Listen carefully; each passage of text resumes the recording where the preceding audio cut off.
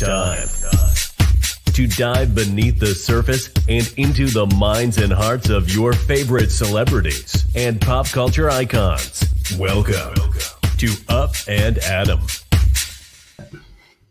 Hey, guys. Welcome back. And look who I have here with me. I don't know whether I want to go this way or that way. Over there to Femme. Hi, how are you? I'm good. How are you guys? Good. Look at Jason and I. Well, I know what'd you say? We're clashing? Yeah, what would you call this look? I'm giving you some Miami sailing yacht vibes. No, you're giving me Adam Newell circa 2019. And I'm probably giving Lion King circa 2019. You're giving me Real Housewives of New Jersey's Teresa Giudice's couch. Oh my God. Yeah, she has a leopard couch. What is that? She has a leopard couch. I thought you were going to say Kelly Dodd, Lisa Rinna.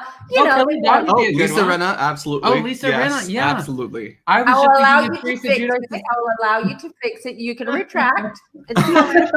I will retract. All right. Well, since we're not here to talk about the Real Housewives of New Jersey, don't crucify me yet. Technically, there's really nothing leopard in the ocean, right?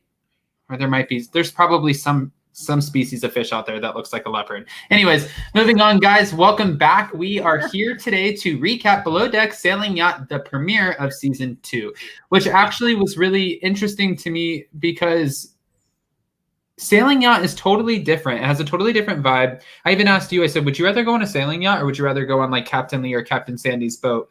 And you were like, no, definitely a regular yacht because the sailing thing looks a little complicated. Yeah. I'm Jason. Yeah. I mean, listen, I love the way it looks. Honestly, I don't know what it's like to sail on a sailing yacht like that at speeds like that and everything. But I just, I love pirates. So it kind of looks like a pirate ship and it just looks fun. But like, I need the space and I want the luxury a bigger like super yacht provides. Yeah. I agree. Well, Yeah. and you said, is it called Parsifal? Yeah, it's called a Parsifal 3. And You've been on it. Yeah, I've been on it. Were you there with Captain Glenn? I wish because I love Captain Glenn actually. But I think he's so cool. I mean, I would really enjoy having a charter with him on a yacht though, not a sailing yacht, just like Jason. Yeah. I think I actually agree with that, watching how everything gets thrown around. And I don't get necessarily seasickness, but I don't I don't think I would want to do the sailing yacht. But what I found interesting was 3 things here before we get started. One is when he said, when you turn off the engines and you let the force of nature take the boat, it's magical. It's nothing like sailing. And I was like, well, that has to be interesting. Oh, no, go ahead. I was going to say it is an experience. It's really an experience. You feel like you're gliding on water when you're sailing, basically. That's why there is a specific target group of charterers who want to chart sailing yachts, and they only charter sailing yachts because they want to have that experience, where you're just gliding on water. It's very different to a yacht, but again, it's subjective. It's what you prefer. If you're more adventurous, then you'll take a sailing yacht. If you're more luxurious and a little bit lazy like me, then you take the yacht. Yeah, I don't care if we sail. I just want to be on the water and I want space and I want, Great. I mean, it's gorgeous for sure. Yeah, it's but gorgeous. It seems like maybe it's just this boat. I don't know, but it seems like the captains get kind of screwed a little bit when it comes to being on a sailing yacht because it's not as big. So like he's sharing his room, like the captain quarters aren't the same. And it seems like it's twice the work for half the size of the boat. I don't know. Maybe Natalie will know this. Do they have a big crossover are there captains specifically for sailing yachts and captains specifically for like mega yachts, or can they do both and cross over? No, they don't do both. It's very different. So they have to have a different license for a sailing yacht, especially a sailing yacht that size. They have to have special licenses and they have to like retrain every few years. So no, you can't put Captain Lee on Parsifal. Yeah, they'll be like, what? And that would have been a bit of a disaster as well. Can you imagine Captain Lee, who is very impatient? No. No. He needs his space too. He does good up in his like what is it called? We talked about this, the bridge. The bridge, yeah. The bridge. Mhm. Yeah, he does good in the bridge where he gets to kind of listen to the chitter chatter that goes on over the radios, and then he steps in. But he can't have everybody in his face. I wanted to move. I was gonna say I wanted to move. Oh, that's what I wanted to ask you. We see. Sorry, I'm a little scatterbrained today. We see. Jason's like, get out of my face. We see on here where this season, Captain Glenn is going to have a mishap with the boat where the back of the boat smashes into the dock. We know from Captain Lee and Captain Sandy seasons that any mistake can be thousands of dollars worth of money, right? Like even upwards of hundreds of thousands of dollars. How big of a deal is it when a captain accidentally smashes in the side of a super yacht? And who's responsible here? Huge deal. Well, obviously there's insurance. You have to bring so when there is damage on the boat, it's a long procedure and can take months and even years to settle it with your insurance company, okay? Because then you have to have surveyors to survey the boat. You have to take it out to dry dock it and check what the damage is. So it costs a lot of money. And as soon as I saw that, I was just literally like sweating bullets. My anxiety levels went up. I was like, oh no, this is going to be a disaster. I don't know how they managed. Obviously, it was just a cosmetic damage. Otherwise, they wouldn't be able to go on with the season. It's quite dangerous. They would have to take the boat out, dry dock it, check underneath, check if there are any, serious damages. You just can't say, oh, we hit the dock. We'll just continue. I'm not sure how they're going to handle it, but I'm pretty sure that was cosmetic and it looked dramatic. Yeah. More dramatic. The power of editing. Another thing that I think I was a lot of it fascinated by is on this boat, the sails are so high. We see in the previews where I think, is it Greg? Is that the first officer? What is his name? Gary, the first officer, is running and like climbing up these sails and trying to get everything ready. And I was like, wow, this is a job. I mean, I know that we saw Below Decks Sailing Yacht season 1. I guess I didn't pay as much attention because it was the rookie season. But now looking at it, I'm like, I feel like the work is so much harder to be on a sailing yacht. I wonder if they get paid more. I'm not sure. I don't think so. Well, I'm not sure because I didn't work with sailing yachts. I've been on this one. I've been on another one, which is very famous. It's called the Falcon. The Falcon Crest. Falcon Crest. Yeah, I think there was also like a soap opera back in the day in the 80s. But anyway, I digress. So I'm not sure, but I can tell you, like a boat that size, Parsifal, it does, like, to charter it for a week would be about $200,000 a week. And this does not include provisions. It does not include fuel. It does not include tips and all the extras, just so you know. So I'm assuming that pretty much it's the same salary that the crew is earning on a sailing yacht that size with a regular yacht. My Sienna or whatever, Yeah. Wow. Okay. Well, you started off this kind of recap. And by the way, guys, if you haven't already, real quick segue, go ahead, hit that like button, show some love, and I'll drop the call-in link for you guys to start filling up the room for later. If you'd like to call in and ask Femme any question that is not health related, but I did want to ask you a question. Say you had to pick Captain Glenn, Captain Sandy, and Captain Lee. You already noted that you really like Captain Glenn, and they obviously are captains of two totally different kinds of boats. But if you had to take a trip, who would you want to be your captain? Good question, and that is a very unflattering photo of Captain. Yeah, that's like the worst photo you can do. Wait, hold on. Where did you get that? Here, there we go. Much better. I love this one.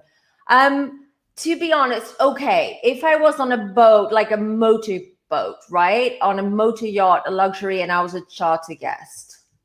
I like Captain Glenn. He's the type that, because, he's easy to talk to. You can hang out with him. He's easygoing. I kind of feel like the energy and the vibe on board would be a lot more lax than on a yacht like with Captain Lee or Captain Sandy. I mean, I like Captain Sandy and Captain Lee, But if I had to choose, yeah, Captain Glenn's my guy. Captain I Glenn. like him. You know, I've always loved Captain Sandy the most, but that's where I started watching Below Deck, and then I started getting into regular Below Deck. That sounds so weird, but Below Deck with Captain Lee, and I love him. It is I'm just getting kind of to like know the regular Below Deck. Though. Yeah, and I'm just getting to know Captain Glenn now. But it's interesting you just had that photo up. This crew seems to be like a lot of fun. My first impression of Gary was, okay, this guy is just party. But when it comes to his job, he's got it down. Yeah, but if they thought James was a DOUCHE on last season, then this guy definitely is. Where he talks about running around sleeping with all the girls and he says he looks like a lion. I never say this. Some people walk around this world, and I don't condone violence, and they might have a punchable face. This guy is one of those guys who goes around and says things, and he looks like he has a punchable face. Would you agree or no? I mean, nobody wants to punch him in the face, but it's like this guy, the way he comes off is very douchey. I agree. I wouldn't want to work with him, but I want to watch him. Like, Yeah, I want absolutely. I just like my first impression on everyone was kind of like when I got the first impression, we met everyone at the beginning of the episode. It was completely different at the end of the episode on almost everyone. When I saw Gary, I'm like, oh, this guy's going to be like an ass, you know? And then he turned out to be really serious and knowledgeable about his job. I love Daisy so far. I love hearing an Irish accent because we haven't heard an Irish accent in a while. It's always Australian or it's American. I like the Irish accent, even though Glenn has taken interest and is impressed with Sydney, so I'm excited to see where that goes. I wasn't sure about Natasha the chef. I'm still indifferent, guys. Natasha is right here in the white chef's coat. When she came on, fashionable chef's coat. Yeah, when she came on, I was like, I don't see her lasting the season. Like I didn't, there wasn't really that. I didn't feel that energy from her. But then by the end of the episode, I'm like, oh wow, you are really, really good. I'm gonna give Chef Rachel a run for her money. I don't know, because especially even Natalie is all about Chef Ben, and I think Chef Ben would have been a great. I think he would have been a great kind of like mixer in here, because this is a very female-dominated crew, which is totally which is what I wanted. Remember, right? We were just talking about this last week. I know, but now I'm thinking about it, and I'm like, well, you have the guy who thinks he's a lion, and then you have John Luke, which that's a good-looking guy, and he's kind of oddly too tall for the boat, which they have to kind of figure that out. Am I missing a guy here? The chief engineer. Mm-hmm. Yeah, Colin. Yeah, but with those three guys, then it seems like this like pool of women. I'm like, no, we need like a dominant guy. We should have had a male chef or something. I don't know how Natasha's going to fit in. Wait for it with all these women. Wait for it. It's going to be good. Well, the preview there are more women than men, and we've got hot men. It's going to be a disaster. Well, so I can't wait. What did you think? I actually, now that you said that, that makes sense. Because there's a lot of competition on this boat. What did you think about Danny? Danny, I don't know. I can't say. I'm very neutral at the moment. I just want to wait and see. What did you think? I like Danny. I'm indifferent with Allie. I think the interior crew is really good. Like, this is a really good start. I think Allie coming from the deck and coming to the interior and just getting that training, but also to have Danny kind of watch over her, take her under her wing, as Daisy calls it. I think they're going to be good. They're wild. I mean, the preview the preview leaves me thinking that everyone's pretty good at their job, with the exception of John Luke Spring, petrol or gas all over the deck. I think they're all really good at their job, and I think we're going to see a different kind of. I don't think we're going to see like we did with Francesca and the interior on that boat, where everything kind of just didn't work. I think everything will work, and the drama will happen amongst the crew. It's going to be more personal and not as much job related. Yeah, and that's the gist I'm getting. I also like that they started off with Daisy talking to Danny, and she's like, do you want to be Chief Stew? By looking at her CV, which obviously lets us know, okay, she knows what she's doing, which, like you said, she was kind of dealt a better hand than Francesca was dealt from the get-go. You know why this is going to be good this season, and I agree with both of you, mainly because it's sailing yacht. It's not a yacht. It's much more lax on board. The Captain Glenn is more lax, so things are going to happen. Things are going to escalate. If it escalates on below deck med or below deck, it's going to escalate this season. I tell you, that's my prediction. And I just think it's, I really feel there's going to be a lot of like sexual tension and competition and antagonism and a lot of like, it's going to be like spring break. I feel that this season is going to be spring break, and I love it. And I'm ready for it. You know, I'm also excited we're in Croatia again. Yes, beautiful. When was the last time we were in Croatia? Below Deck Med. Oh, and I forgot what season that was. I think it was the first season I started watching. I don't remember that season. I've seen all of it. I don't know. It was with Hannah, right? Not Kate. Yeah, it was with Hannah. Yeah. Right, I remember now. When I think it was season 2 or 3. Yeah, maybe it was earlier on. So, I mean, I have a question for you, actually, because you have, you know, the Croatia, and I guess where they are is more the Adriatic Sea, not the Med. No. Do people prefer that over one, or what are the differences of sailing sailing or yachting even in the Med as opposed to the Adriatic? Depends on the season. For instance, in the Med or in the Greek Sea, like the Ionian or the Aegean, it's much windier around July and August. So that's a perfect time to go sailing. And that's why a lot of Italians, they charter sailing yachts and they go to Greece and they sail in Greece because there's a lot of wind and they like that. So basically, for instance, in Greece, in Med, if you have a sailing yacht, you usually go towards the Aegean part of Greece, Aegean Sea. And if you have a motorboat, you go to the Ionian, which is the west, which is usually calmer because motor yachts don't want to be sailing when there is Beaufort of like 7 or 8, but sailing yachts do. So I would say Croatia and Greece are ideal places to charter a sailing yacht. Oh, that makes sense. Yeah. You sound very knowledgeable. It's almost like you've been around this before. Well, Captain I have a little. mentioned also the winds that come over I forgot what he called them, the winds that come over the hills, but give the boost to the sails too. No, I forgot what he called them too, but when he started talking about that, it made you just kind of realize, like, a lot of us who wouldn't be around it, unlike Fentero here, but if you haven't been around boating or yachting or any of that, you think that a captain, like, okay, they take this boat out and we just see them up in the bridge and they're driving the boat and it is what it is. But when he's talking about the different winds and how he needs to sail the boat and what time and the notches, I'm like, there's so much that goes into this. And especially when you give somebody a piece of machinery that's worth millions and millions of dollars, that would be stressful. Yeah. I have no idea about sailing. I have no idea about wind and how it works with the sails and all that. My grandfather used to race sailing boats, but yeah, that's about it. I don't know about sailing that much. As I said, I haven't been much of a sailing girl. I'm more of a yacht girl.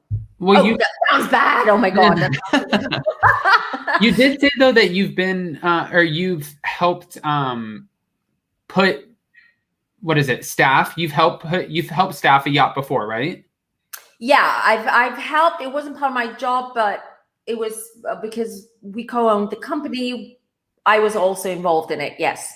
Okay, so I interviewed stewardesses, for instance. That was mainly my thing.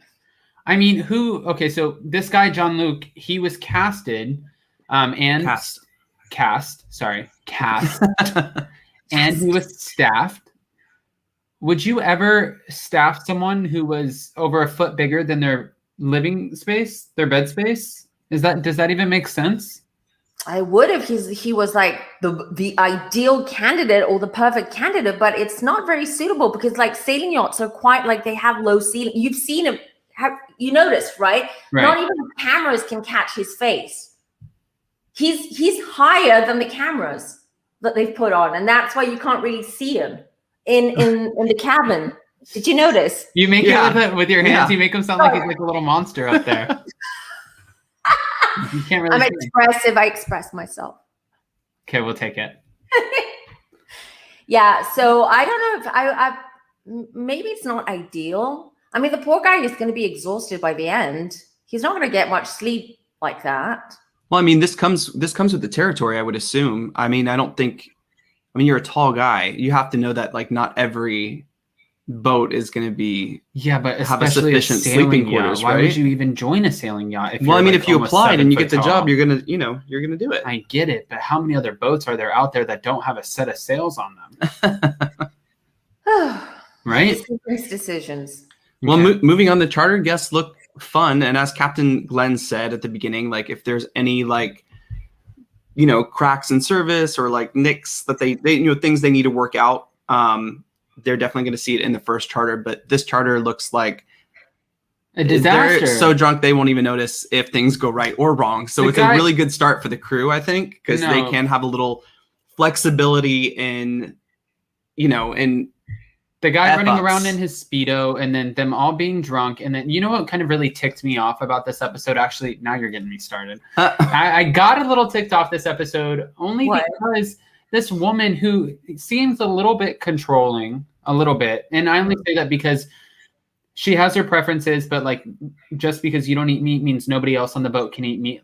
That's a little far, I guess. But again, she's the primary. The drinking, I think you agreed with. You're like, no, that makes sense. She's trying to ask everybody to slow down their drinking so they can last all night. But when she's trying to talk about her dad and give like a nice tribute, everybody's being so rude, so disrespectful, talking over her. And finally she had enough. So she ends up getting up and walking away. And I was like, it really was a disaster. I mean, I look at it two different ways. Okay. God. Listen, I know she's the primary, but you're also going on a yacht. You're having a good time. And there's two different kinds of ways you can enjoy yourself in this situation. You can drink a lot and not really remember what's happening or what you're doing, or you can drink enough to enjoy. But I think the first night she wanted to kind of have like a remembrance dinner for her father. That's what I thought. So I thought it might have been rude of her friends. I didn't find her controlling. Yeah. I don't know if my vegan friends would necessarily care if we had meat or whatever, but they did serve tuna tartare and are allowed to. Well, other people can have fish. Yeah. But no. Yeah, it was. I don't know. No. I think it was a good charter to start with. Yeah, I think it was a good charter to start with. But just to go back and say this really quick, he asked her to tell them something about her dad, and as soon as he asked, she started to give something that was special to her, and then boom, he cut her off by screaming and being belligerent. Mind you, listen, I can't say we've all been there, but a lot of us have been there where you don't remember that screaming and being just silly. But this just seems like, know your room, know your audience, and know your limit. Yeah, that's really what it is. I do have to say though, with the vegan cuisine, I was really impressed with what Natasha did. Me too. The carrot bacon. The carrot bacon was amazing. Yeah. But the beet carpaccio looked. Oh, the beetroot carpaccio! I was so hungry. I'm really curious to see where she goes, because I saw her come on kind of timid and a little like socially awkward almost, this chef. But as she starts to do her job, you can see the chef come out and the ego that sometimes chefs have behind them. And I'm really curious to see where she kind of goes with this. I didn't get her as timid at all. And by the way, guys, real quick before we keep going, one, go ahead and hit that like button. And two, I dropped the link if you'd like to call in. I have a few people in the room already. Debbie Jarris, Samantha. I have a few people, so just stay in the room. And then when we're done, I will start going in order and I'll bring everybody up. But I dropped the link in there, so you're more than welcome to call in. But sorry, keep going. Oh, I was just talking about Natasha. No, yeah, that's what we're talking about. When she came on, she was kind of a little socially awkward, I didn't find her a little to be timid though. But once she got in that kitchen, I felt like she, when you put chefs in their space and their realm, they start going. Yeah, but and then you get a different standoffish personality, because chefs in a kitchen and chefs outside of a kitchen are two different people. You know what though? I didn't like in this episode was when she was telling Daisy. First of all, Daisy lied to the guest. Second of all, when she was sitting there telling Daisy, she's like, well, no, this is done. I'm not making breakfast sandwiches. You need to bring it up there and you need to let them know that they're sitting down. It's like, that's not how this works.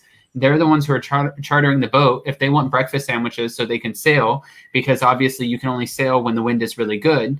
They know that. They're used to sailing and that's what they want. Make what they want. They're the ones who are tipping you, right? Yeah, I would agree. I mean, again, this is a chef in a kitchen, a chef who's worked in a Michelin star restaurant. Yeah, but you're not in a Michelin It's star really restaurant. about the chef. I said chefs, carry egos sometimes, especially when they get in the kitchen. So, That's why it's going to be interesting, because she said, I don't like stress. Like, don't come to me with your stress. Right. She said, the first thing she said, let's see how she's going to handle stress third charter down the line. Like, let's see how that's going to go, because I have a feeling she can't handle other people's stresses, but she dumps her stress on other people. Natalie, what is it when people, how they say, I don't like stress, but they always start with that. But it's always the thing that they are. Have you ever met someone like that who's like, I'm such a calm personality. They're deflecting. And they have to explain them. They have to almost pitch themselves to you. Like, I don't like stress, but then 5 minutes later, they're the one stressing. You know what I mean? I would call that a Jason. I would call that an Adam, but I also call that projecting. Yes, projecting. Thank you. Yes, that was the word I was looking for. Yeah, projector. No, I wanted to point out really quick the fact that Daisy did too. She ended up saying to all of the guests, like, guys, Greg wanted to eat at the table, whatever. Greg never said that, and then all of a sudden, Greg comes up and Gary. Yeah. Sorry, Gary. You never said that, but I mean, also you're in hospitality, so you're creating. You know what's going on behind the scenes, but you have to create something for the guests. I mean, it's just like if you're bartending or serving in a restaurant and things are like really effed up in the back, you're not going to be like, well, the chef said he's not going to do this. You have to kind of create a different excuse. Yes. And then she's a third generation yachty, so I think she kind of knows how to. You actually used to do that all the time. Jason people would come in to the restaurant that's on Bravo that we shall not name, like Lord Voldemort. People would come in and they'd be like, I want a table. There would be no table. So then Jason would pull together like this table out from outside of like the closet over here and then put it over here by like the only place that's left by the kitchen or something. And then they'd be like, oh my God. And he'd be like, yes, our last table for you. They'd feel so special. And I'm like, listen, when I go out though, no, it's not a joke, because like when you go to, like, out, the dish pit, that's not a joke. I didn't put him next to the dish pit. I mean, it wasn't far from the dish pit. When you go out, especially when you go out or you're chartering a yacht or you're going out for dinner or you're looking for an experience. And especially when you go to a place like one of the places we work, the one that's not on Bravo, I worked at, but they want an experience. So you have to just provide the experience, and they don't really want to hear, like, I don't, if I was a charter guest, I don't want to hear the drama that's going on with the chef. Well, the chef says you need to eat. I have to come up with a different, excuse, a different way of presenting information. That makes sense. You know what I find weird? You just reminded me with what you're saying that I do find it a little bit odd that on below deck, all of the below decks, you see the chief stew or the chef who say, okay, the guests are having lunch. So it's almost like when they signed a charter contract or a contract with Bravo, because I guess they have to sign a charter contract, but I'm sure they have to sign a contract with Bravo as well. I'm sure it says there that, lunch is served like between 1 or 2, dinner is there, because I've noticed in every below deck that they say it's that the stew is the one who kind of suggests to the charter guests what time they're going to have lunch or what time they're going to have breakfast or what time they're going to have dinner. That never happens in real life. Never. It's never happened in my experience. It's usually, unless it's a privately owned yacht and the owners are on the yacht and they're going sailing, cruising, wherever, then that's a different thing, because usually the crew knows the owner's schedule. But when you have charter guests, it's usually you sit down, unless it's on the preference sheet, and preference sheets are very detailed, I can tell you. Unless, what's very interesting? Next time I'm going to come on, I'm going to find samples of preference sheets. I'm going to show you itineraries and that's cool. Yeah. Stuff. I showed Jason. I sent Jason some photos when I was in boat shows and stuff like that. So if anyone's interested, I've got a load of stuff to show you. Obviously, I'm going to retract some. Absolutely, yeah. That would be so interesting to see, because I'm curious, like, what is like the craziest thing anyone has asked for, like fold my underwear in a certain way, or I want to eat at this time. But I mean, I'm sure that like what you're saying, I think that they're doing that for filming purposes. Like we suggest around they this jazz time. it up. Yeah, of course. Because the crew, the film crew and the crew needs break. Like the film crew, I'm sure it's in their contract that, and part of their insurance as well, that they need to have breaks every 2 or 3 hours, right? So I'm sure they have sort of like pre-agreed before what time lunch, dinner, and all that is, because usually it's the guest. He says, I'll be hungry in an hour. You know, I don't know, it's 4 o'clock. I want to have a late lunch, or I want to skip lunch, or I just want to have an early dinner. It's up to the charter guest. And that's why charter chefs are usually so exhausted and they earn so much more money, because they're on their toes all day. Yeah, that makes to sense. cater for the guests. Well, So- I was going to say too, I'm actually excited because I wasn't invited. And I know, guys, you guys are itching to come in and ask your questions. Again, I dropped the link. You guys are more than welcome to start filling up the room to ask Femme a question about finances, your relationships, your loved ones, whatever you want to ask that is not health, please, just to keep the mood light. Jason said that he was going to a boat show next month and he was going to meet your brother. And I said that I wanted to go. No, I got you a ticket to the boat show. You're going. You didn't tell me. No, you said you were Yes. taking Melissa. He said he was taking somebody I else never and said leaving me that. behind. And you can't do Never that said because you that. just said it in front of all Why of are you these trying to people throw me here. under the bus? Because you're trying to leave me out of a boat show. Well, if Melissa's hot, take her, because my brother likes good looking. I mean, he's married and everything, but you know, he's a Taurus. He likes anything that's good looking, shiny, and bright. So Melissa, it is. All right. Well, Oh, sorry. What I was just going to say, and I don't know if anyone will agree. I mean, I can watch Below Deck all year round. I know I've talked about this on other shows that you've let me come on and recap with you. Below Deck is like probably my favorite franchise that Bravo has done. And I love that we are getting year round Below Deck. We're getting Med, we're getting Below Deck, we're getting Sailing, and now we're going to get, I think it's In Cold Water or oh yeah, Oh. yes, the Alaskan or yes, whatever. that'll be good. I could even do with 2 meds or a med and an Adriatic, like, you know, too. kind of Well, it has the split it highest. up a little bit. I mean, it has the highest. It's the highest rated show on Bravo right now for a reason. And I think it's because the storylines don't feel so contrived and pre-produced. Right. Because really, you don't have the opportunity to do that within a few days of having a charter get. Like, that's all real. The drama of not being able to deliver the food on time, or the deck crew is hooking up with the interior crew. This is all actually happening. You know Well, what I people mean? can still relate because they can. I mean, yeah, they can't maybe relate to being on a yacht or a charter, but they can relate to having service or being, you know, going to a restaurant. I mean, this is why NPR was so highly rated, for because you can relate to going to that. A lot of people can relate to being a server or a bartender or working in hospitality. So Sure.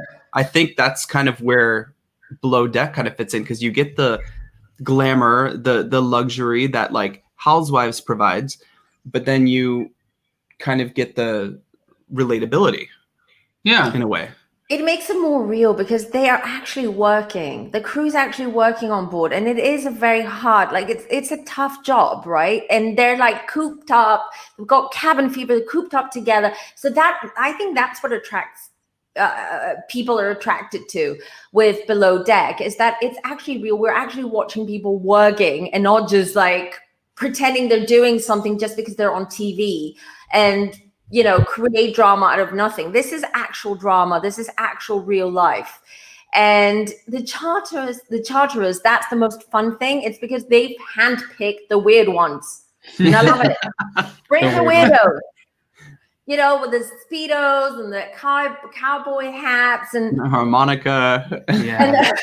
I wanted to take that harmonica and, well, you know. oh my. Well, we do only have about 25 minutes left, so we are going to start taking callers again here in a minute. I have Debbie in the room, Trisha, Samantha, Casey, and a few other questions here off to the side. And guys, you can start filling up the room by calling. Let's just end off this recap because it was a little bit longer than what we expected. I want to start with you, Femme, though. What are you looking forward to most for the rest of the season? I know we only got the premiere, but what are you most excited about? Well, I want to see what happened on that deck, on that dock with the boat. I want to know how they handled it, what happened, who was to blame. That's going to bring a lot of tension. Sorry. Okay. Maybe I'm looking forward to catastrophe. But Whoa. Yeah. That's doom and gloom, glass half empty. It's our housewife drama. It is our house, right? And the other one I'm looking forward to it is I don't know. I like the fact that what's the chef called? Natasha. Natasha. I want to know if she's going to quit, if there's going to be drama there, because I have a feeling. My prediction is we're going to have another chef that's going to work out. I said that. That was the first thing I said. Yes, I did. Said that. It's written in my notes. Will Natasha last the whole season? That was what I was going to say. That's literally nowhere in his notes. It's right here.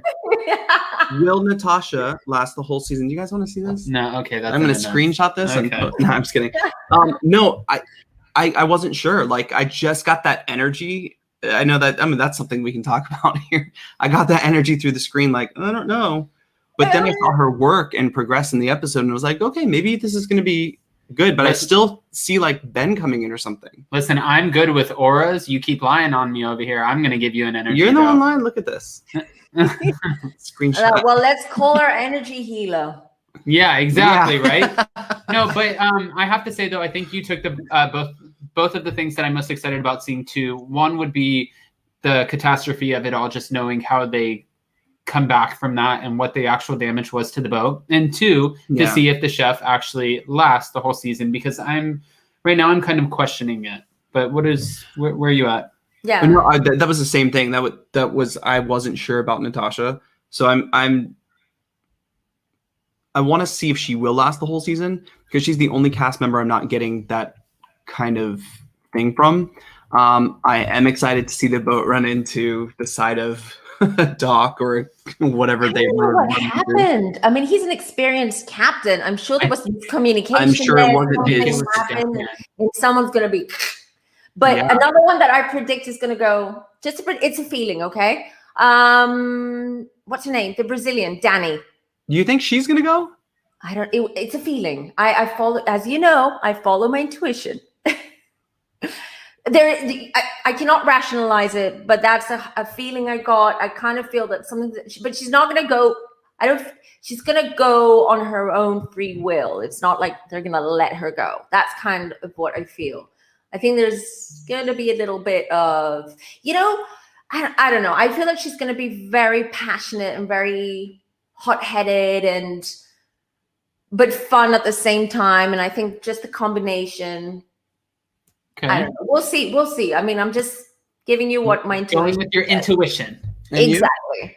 I honestly think it's just going to be the chef who goes, or like Veronica DH put here, the tall guy might go, Jean-Luc, only because I feel like that's just a very uncomfortable living situation if you're crunched up and you can't actually properly, like, his body needs to stretch. You know what I mean? This guy is a big guy. But he's done this before. Yeah, but sleep is everything. And I understand he's done it before, but it doesn't make it any easier. And maybe it will make it easier knowing that he's going to be on a reality show. There's extra benefits financially and just putting him, that might excite him enough to keep him around. But I feel like if anybody were to go, it'd be the chef or him.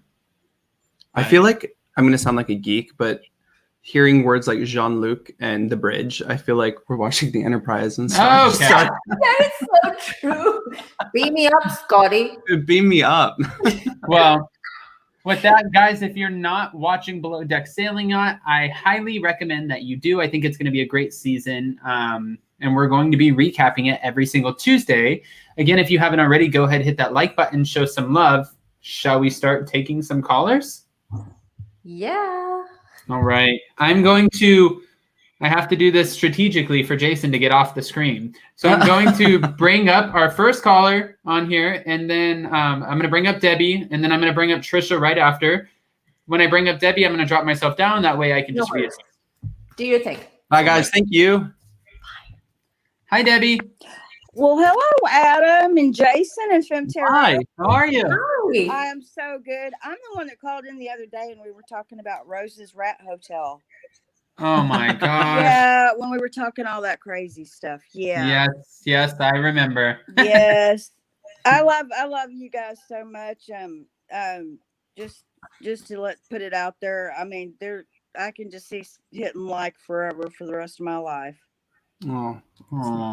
That is sweet. I mean, yeah, you're the most tactful reporter, and amazing. You should see me off screen. I'm like a Tasmanian devil. So I this is bet. great. I'll take this. Well, I bet. Yeah. No, I'm just kidding. But Debbie, thank you so much. And that's super sweet of you. I'm going to go ahead and drop down us for a second. That way I can just readjust the camera. And I'm going to leave you with Femme Tarot. Well, thank It's all you. right. You're in good hands, Debbie. Okay. Oh. Hi, Femme Tarot.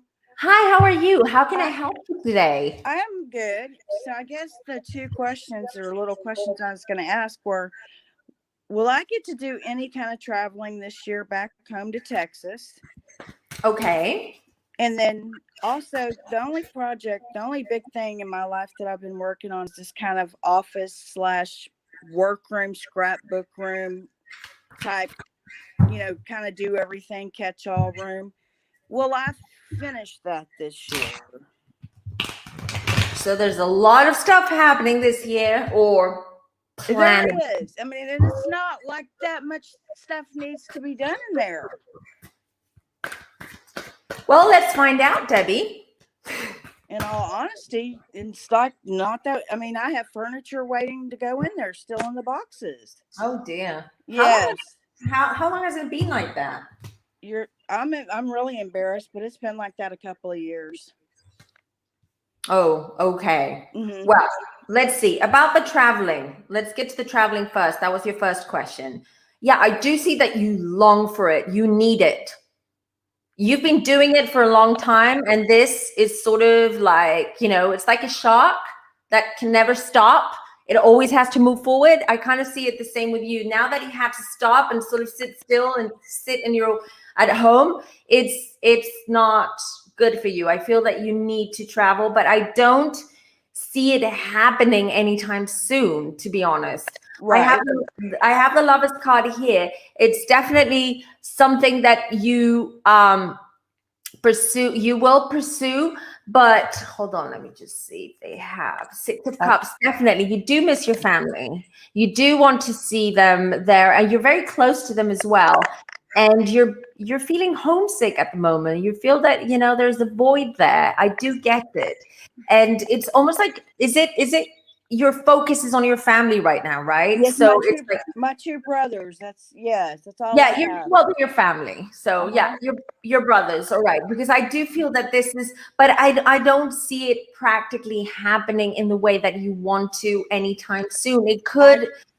I'm talking about the next 4 or 5 months. That makes perfect sense. Okay. After that, we'll need to review that again because things change, energies change, the whole thing with the world and what's going on can change. But at the moment, you're sitting put. Okay. That's completely understandable. All right. So let's go for the next question, which was, when are you going to have that room ready? I need to light a fire under myself. What's your star sign, Debbie? Libra. Libra. It's all about finding harmony, and you're always pivoting. I'll be doing this now this month, and then next month, I'll procrastinate and start something new because Yeah. Yeah, and then you go back to it, and then you're like, I don't know, have I lost interest in that, or should I do it? There's always that with Libras. I get it. Okay. Those Libras. But let me find out for you. Oh, Adam, I've been praying for Pops. Oh, thank you.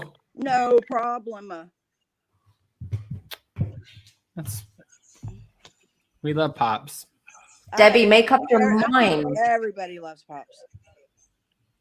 Debbie, make up your mind. You're toying with that. You're driving yourself crazy. You're like, I shouldn't do. You're pushing yourself. You're pressuring. You're putting a lot of pressure on yourself. And then that pressure kind of makes you like, you react to your own self. You're like, when you feel cornered by your own, let's say, lack of motivation. It's all me. Mm-hmm. It's all you. You're in a circle. You're like chasing your tail. Put some fire under your wing and you'll be able to do it. I will. Be more determined. Just, set goal every day, do something, create a board and say, Monday, I'm going to do this. I'm going to clean out, I don't know, this cupboard. Yeah. Tuesday, I'm going to paint that wall. Whatever it may be, just Okay. plan it. Because that's the only way you're going to find motivation. Otherwise, you're going to get lost in your own chaos. situation. Clutter is chaos.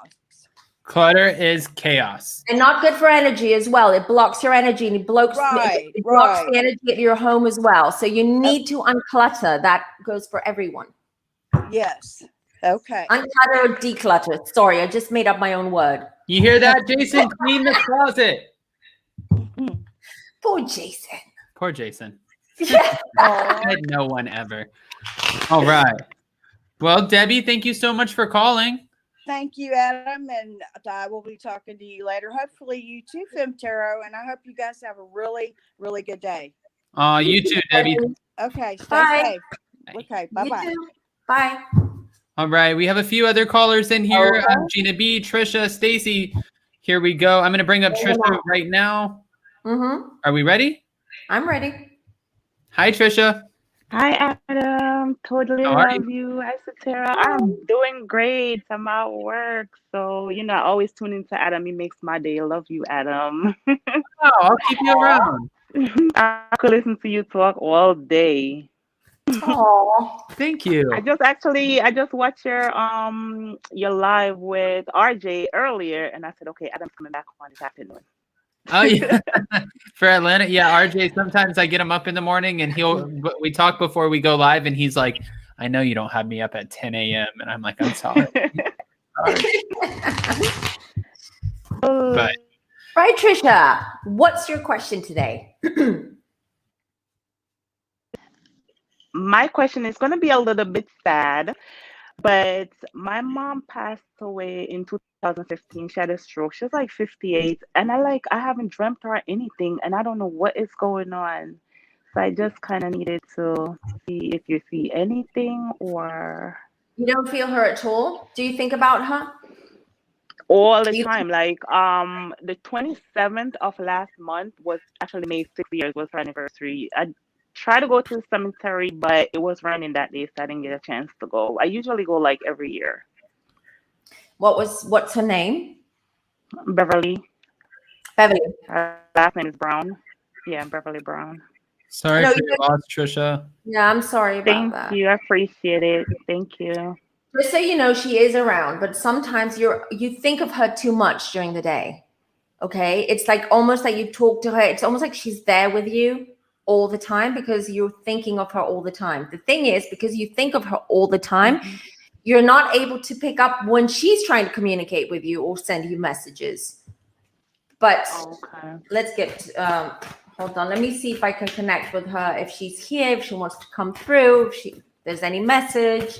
Usually I need a little bit of time to warm up for them to come through because they are shy most of the time. Like I can feel them in the room, but they kind of like stay behind because they just want to make sure that, what is she all about? Like me, and then I just have to be, come on, I'm a good person. Come on. I'm a bit wacky, but I'm good. and they eventually come forward. So let's see what's going to come through. Okay.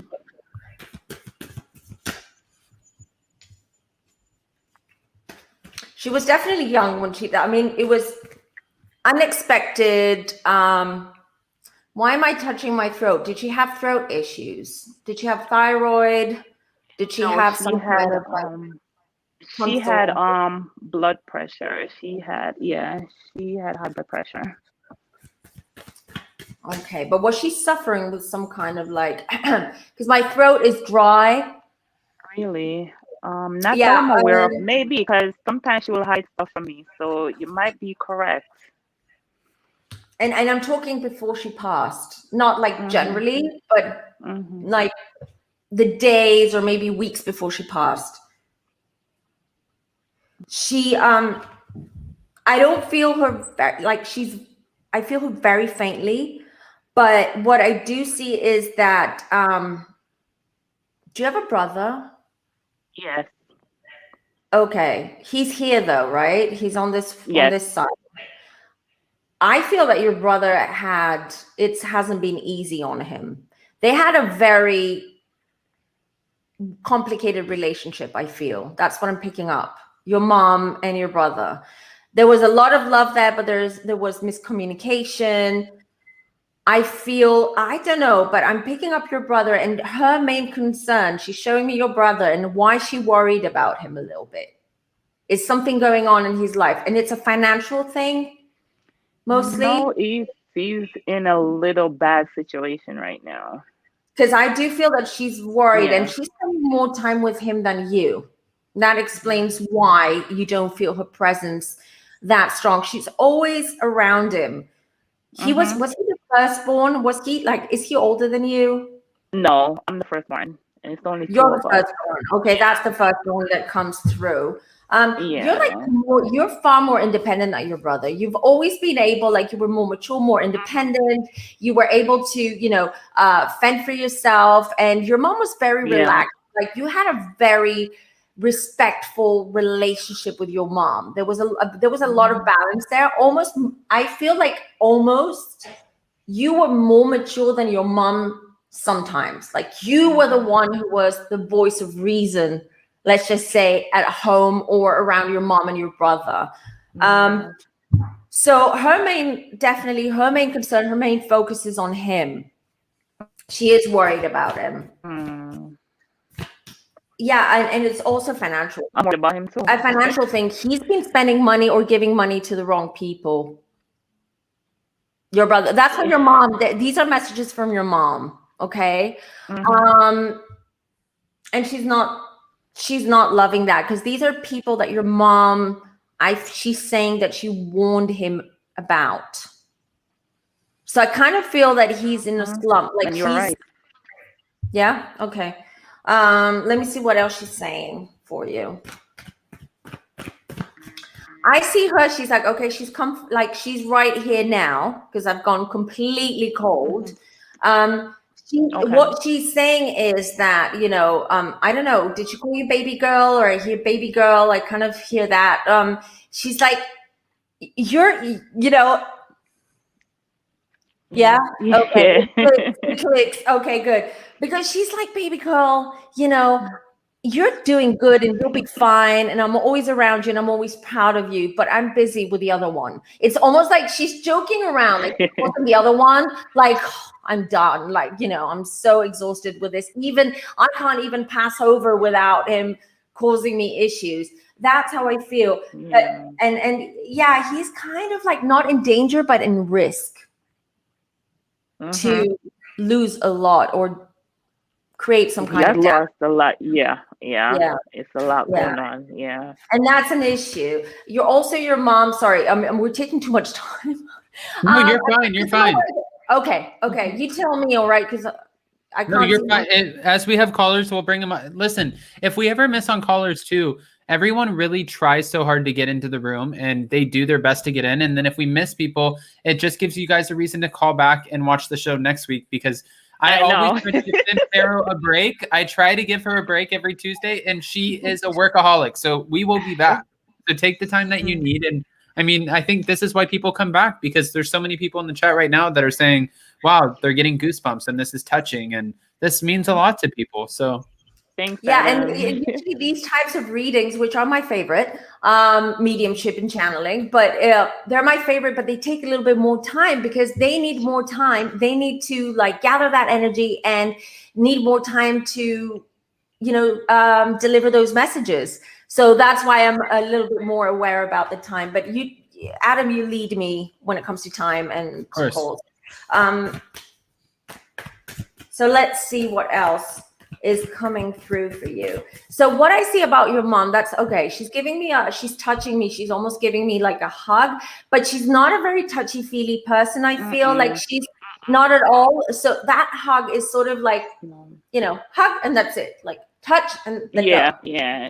But she's touching me because she wants me to feel her energy and know that she's here. Now she's giving me a huge hug. She's like, no, I can do it. I've changed. So she's just putting her arms around me. I feel that she was a fun person, but she had her quirks as a person, your mom. And I can see her, but I cannot describe. It's a very weird dress that she's wearing. It looks almost like a traditional Swiss dirndl, if you know what that means. So it looks like it's got straps here. It's white, like a white t-shirt and a blue A-line dress. That makes sense. That's how she shows up. That's how she shows up. And she's telling me, I love dresses. I love to wear dresses. I love to dress up. And I feel like on this side, in this world, she didn't have that much of an opportunity towards the end to dress up and feel good about herself and feel herself, basically. So she's doing that on the other side. She's like, I see her with different dresses. She keeps changing now just to show me it's fantastic. I can wear whatever I want, and I feel good. But she's fiery. She's a spitfire. I can tell you. I mean, when you see her, you can't she doesn't show, but she's a spitfire. Yeah, she is. That she is. Incredible. Let me see if there's anything else for you. She says she does visit you, especially when you're lying in bed. A lot of the times you lie in bed and you do nothing. Like when it's bedtime, you don't, it's not, some people read a book, they take their tablet or their phone, but you just lie there in the dark, in the quiet. And you're trying to quiet your mind. And and she says she's there when you do that. But she feels ignored. She's ignoring me. That girl, baby girls are ignoring me. She's joking a little bit. But just so you know, that's when she's around, and you can talk to her then when it's quiet, when you relax, your body's relax your body, and you'll be able, and she'll come through. She says, I promise I'm going to come through. I'm going to do a better job. I've been too busy with your brother.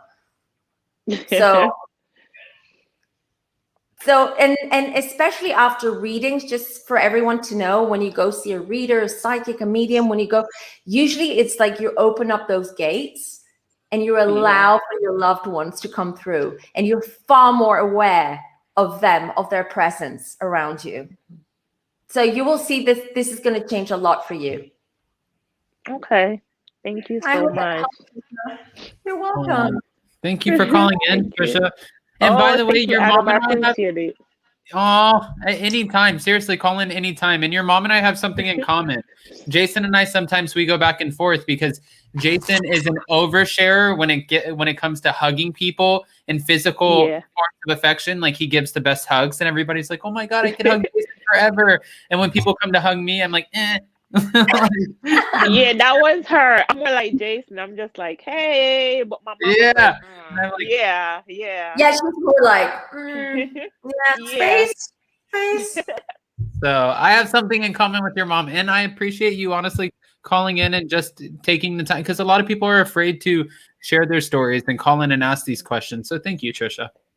Thank you so much. And I'm always going to call in just to check in and say hi. So thank you guys so much. Mwah. Love you guys. Appreciate it. We love you, Trisha. I hope you have a great week. You too. Thank you. All right. Okay. How are you feeling? I'm feeling great. I love lightning readings, and especially when I connect loved ones. Yeah. I love doing that. It's exhausting energetically, but I love doing it. Well, and I think that, it's just for the person who's asking the question, and when you make those connections, I think it's so rewarding that, how could you, I don't know. I like being a part of it. Good. And no tissues needed anymore. There you go. See, listen, I had a guy tell me one time, his name was Jason, not this Jason, but another Jason. I can't get rid of them, trust me.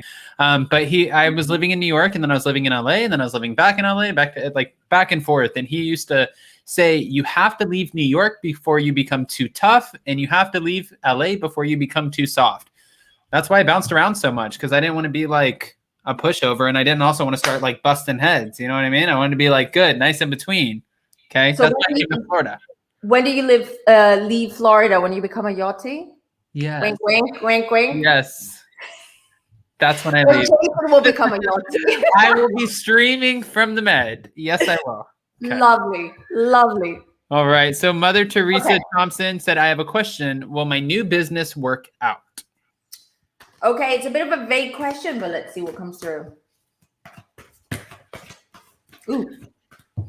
Well, lots of cards. We had jumpers, so I'll just put them on the side.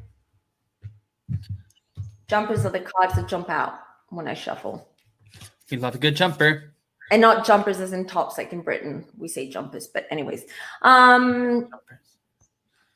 So what's going on, Mother Teresa Thompson, with your business? Because I feel there's a lot of conflict. What is going on? Is that internal conflict, or is it conflict with partners? What's going on? It's almost like you're trying to remove yourself from the situation and try to see it from a different perspective, the situation. But I feel that you're almost done with this business, hence why you're asking. I feel like you're almost at that point when you're like, maybe this isn't working out, and I should start considering different options. That's how I feel, that this is quite strenuous for you. And then I have the Lovers card, which indicates that maybe there's someone there that are you working with someone? Are you partnering with someone that eventually, no, I'm just starting it. Okay. So why do I feel and see conflict? And I see so much going on right now, but you're doing your best to keep calm. I have the 7 of Wands. I do see that you're quite a grounded person and that you're able to deal with stress. It's just you. Okay. Interesting, because I have the Lovers card here. So that indicates to me working with someone or trusting someone that maybe they're not as invested as you, if that makes sense. Have you been, seeking advice from someone? But I do, because I have the 5 of the Wands. Okay, you're making inventory now. Scared it won't work out. Listen. She said that he doesn't think I will sell anything. Oh, there you go. That's the person that I was. Listen, don't worry. Okay, I just pulled another card. I do see the stress. I do see the insecurity there, and sort of like I feel like you're a bit lost at times, that you're not sure if what you're doing or the sequence of your priorities are right in the right sequence. I feel that there's just that insecurity there. But honestly, I just pulled the 7 of Pentacles, which means that if you put hard work in it and you have faith in you, first of all, and then in your business, you will reap the rewards from it. But you just need to believe in it, and just, you'll dive deep. You need to go for it and not sort of second guess yourself and not sure. It's a new business. It's like, there's always an insecurity there, but just do it. Just do it. Do it, and don't second guess yourself. Just go for it. Honestly, I mean, there are going to be bumps on the road, but if you're determined and if this is what you want to do, prove him wrong. It's funny, when I started YouTube, I had so many of my friends in LA who are trying to be actors and she said, thank you so much. You're welcome. Who are trying to be actors and trying to do all of these things. And as soon as I started a YouTube channel, because I worked around some things in Bravo and some of the shows and stuff, we would joke. And when the people from the shows would come in, we'd be like, oh my God, they're so full of themselves and whatever. As soon as I started YouTube recapping some of these shows and having interviews, I was afraid that these same friends that I would get with and talk about these things with would sit there and talk about me. And that's exactly a little bit kind of what happened. And now I get a lot of like positive feedback, but I was really embarrassed that people were not going to support this new business idea that I was doing, and that I'd be made fun of. And I was made fun of a little bit, but now I'm so happy that I stuck with it, because one, it allows Jason and I to kind of do what we want. And two, it took me out of something that made my life feel very incomplete and unhappy. So I stuck with it. And it didn't, obviously, it took months to get to where everything was kind of like not a well-oiled machine, but just starting to operate right in order to reap the benefits. But I was just thinking about that the other day driving down the road. I was like, I'm so happy that I stuck with YouTube, especially when everyone was telling me how stupid they thought it was that I was even doing this in the first place. So that's all. That's my little show. You have to work hard. You have to work hard and believe in yourself. It doesn't matter what other people say. It's the same with me. I haven't even told my family. I mean, my parents that I'm doing YouTube. They're gonna be like, you better get off that YouTube. Because it's a very different thing saying, I'm a psychic medium doing readings now, and I've left my 20+ marketing career, and which was really good, and blah blah blah. They would freak out, but honestly, I don't care because I know why I'm doing this.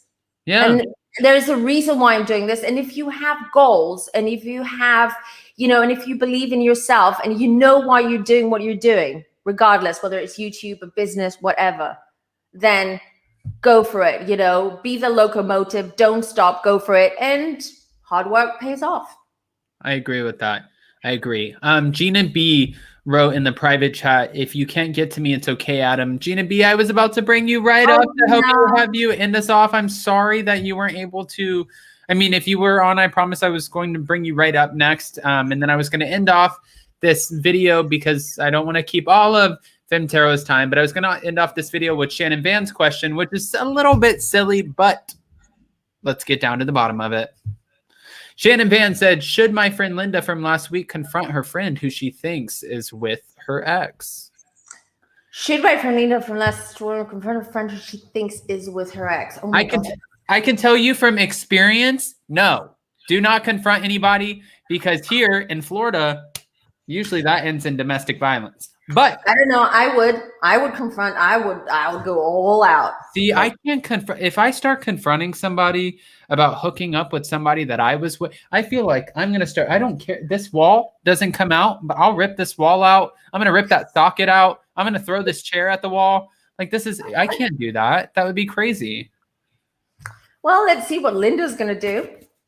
God. Somebody said, or Theo said, it goes down in Florida. Yeah. Yeah. So let's see. Whoa.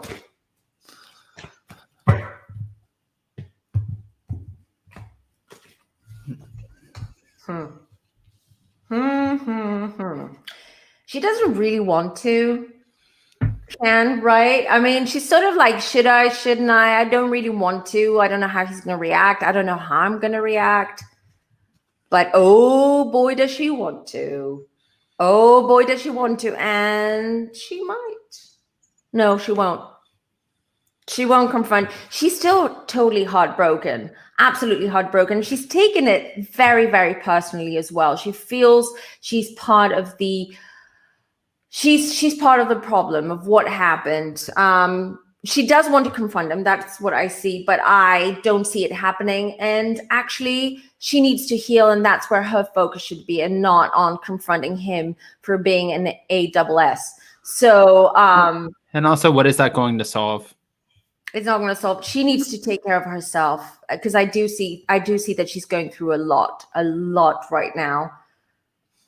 Shan, you need to be there for your friend. She's going through a lot. She's very confused, and right now, just leave that ex alone. Let him be. Karma will come back and bite him in the ASS. So, I have some great ways to get back at people. Some really fun, like ridiculous Florida style ways. I'll save that for a different moment. But they do have those really annoying cards, Shan, that you can tell your friend about. That when you send them to somebody, you open it. And it's like the glitter bomb. The glitter bomb, yes. That would make me, honestly, that would just make me want to, I'm going to be, I sound so aggressive on here. I'm not aggressive at all, but that would just make me want to rip apart the room. I would be like, God, what happened? Why would you do glitter bomb with with a little turd in there? And they send those too. Do you know that they send? I know that. That is so gross to me.